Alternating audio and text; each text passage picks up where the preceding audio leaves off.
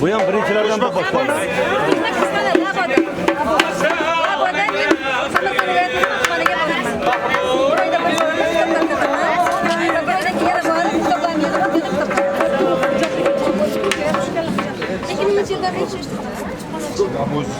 Laboni men kredit qo'yganman. Viloyat hokimiga chiqdim, iltimos bilan bu kishi meni yo'naltirdi banklarga, imtiyozli kredit bilan oldim Labo mashinasini va o'sha Labo bilan men kitob olaman. Xo'jayinim shafqat. O'zim o'qituvchiman. Matematikadan dars beraman. Bu meni hobbim. Juda fidoyi opamiz. Ruxsat bersangiz. Mayli. Ertaga bugun ulgurmaydi, ertaga kechga sizni men Respublika Ma'naviyat va ma'rifat markazi rahbariman. Shu vakolatimiz bor, kengash raisi hurmatli prezidentimiz.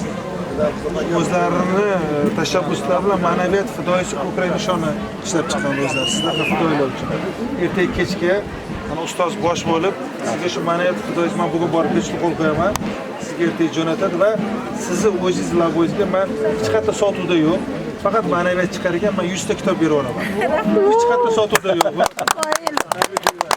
Siz fidoyi inson ekansiz, eshitdim, hayron qoldim.